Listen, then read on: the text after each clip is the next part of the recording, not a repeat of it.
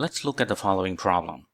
A block of mass 1 kg slides on an inclined plane as shown below. The coefficient of kinetic friction is 0.25. That is the coefficient of kinetic friction between the surface of that block and the surface of the plane. The angle alpha, that angle right there, is 32 degrees. If the block is projected up the plane at an initial speed of 4 meters per second, how far up the plane does it go? So what happens here is at this point in time, the speed of that block is 4 meters per second. And at some point, it will come to a complete rest where the speed goes to 0. And let's assume that distance is d. Now we want to determine that d. Let's look at all the forces that is acting on this block.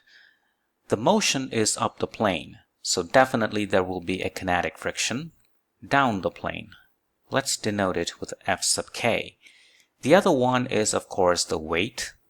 Since the mass is 1 kg, the weight is 1 times gravity. And then there is this component of that weight that is dragging this block down. Let's call it W parallel. And the component of weight that is perpendicular to the plane, you can call it W perpendicular. And finally, of course, there is this normal force, let's call it N, that goes exactly opposite to that W perpendicular. In order to determine D, we can apply the work-kinetic energy theorem.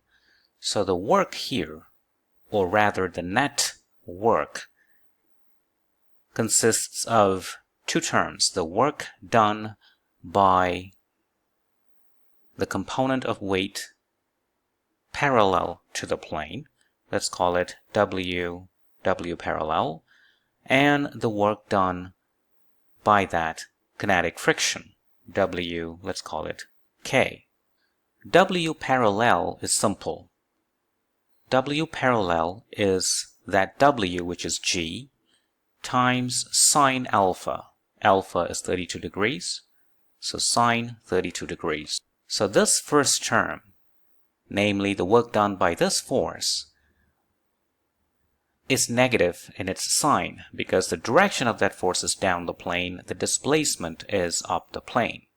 So the first term is minus G sine 32 degrees times D, which comes from the definition of work. Work is defined as dot product of force times displacement. So the force is going this way and the displacement is that way. The angle between them is 180 degrees.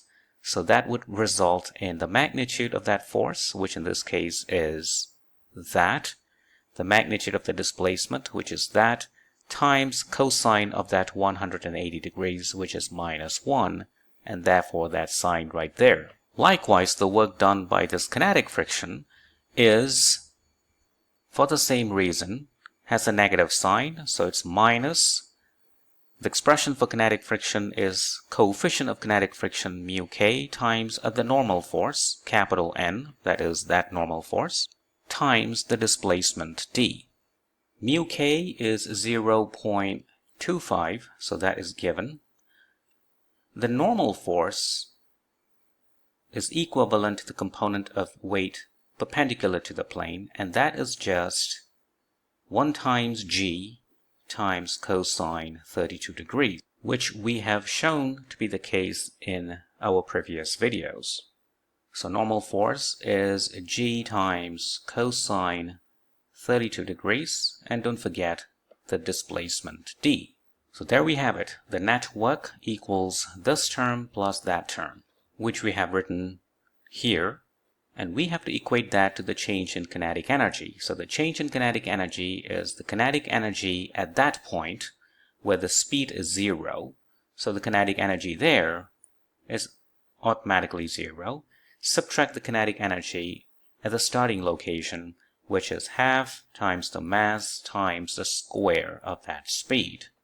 Equating the net work to the change in kinetic energy, we see that the negative signs will go away, which will give us the first term plus the second term in the work equal to half times the mass times the square of the initial speed. And we can solve for that displacement. Solving for d, we get 1.1 meter. And that's the answer for part A.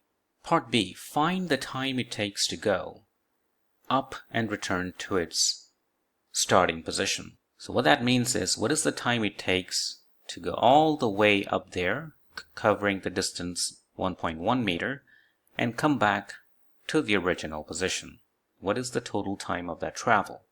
If the friction is absent, then these two times are equal. So finding one would enable you to determine the downward time. The presence of this friction complicates a few things. So let's just do the upward motion. Let's determine the time it takes to go up a distance d, and let's denote that as t up. When the block is moving up, the component of that weight parallel to the plane is trying to pull it downward. The friction is also opposing the motion, namely the friction is also down the plane.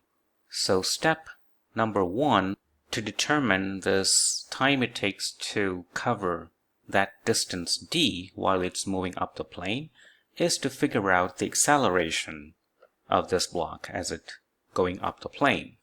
There are a couple of forces that's acting down the plane, 1 and 2. So you take the sum of these two forces and you divide that by mass, which is 1 kg.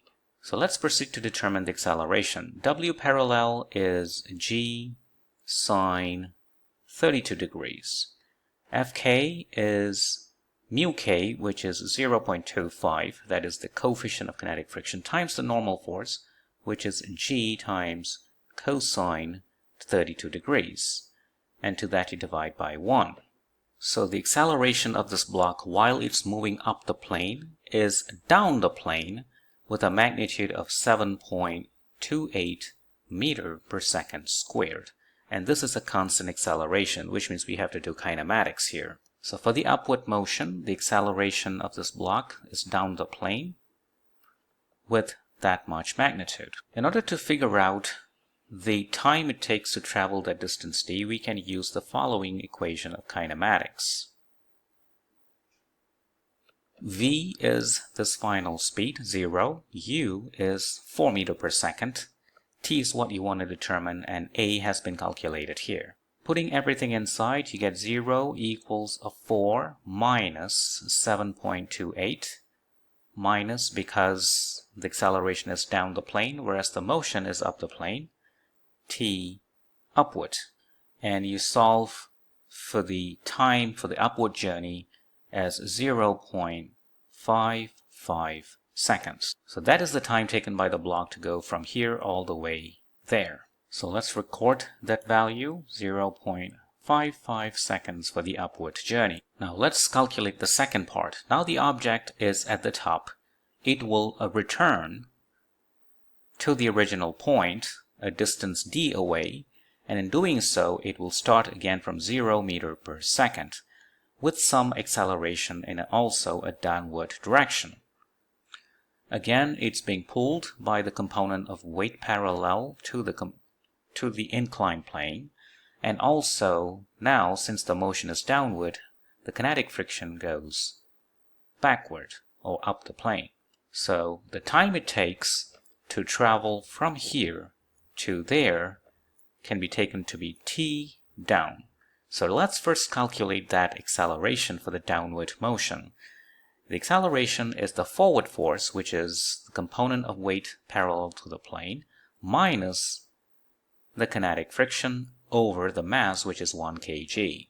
Component of weight parallel to the plane is g sine 32 degrees minus Fk is mu k, which is 0.25, times the normal force, which is g cosine 32 degrees, divide by 1. And you can determine the acceleration to be 3.12 meter per second squared. So you see the acceleration now is different from that of the upward motion. The acceleration is constant, so we can again use the kinematics equation. In this case, it covers the distance d, and that equals to half times that acceleration that we have calculated times t down squared plus the initial speed, namely 0, times t down. So that term goes away. D is 1.1 meter from part A equals half. The acceleration is 3.12 meter per second squared, t down squared. And you can determine t down, which will turn out to be 0.84 seconds.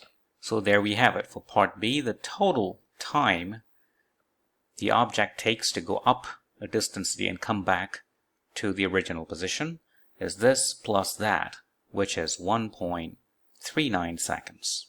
Part C, calculate the energy that is lost to heat in the process. The energy that is lost to heat is due to the work done by friction.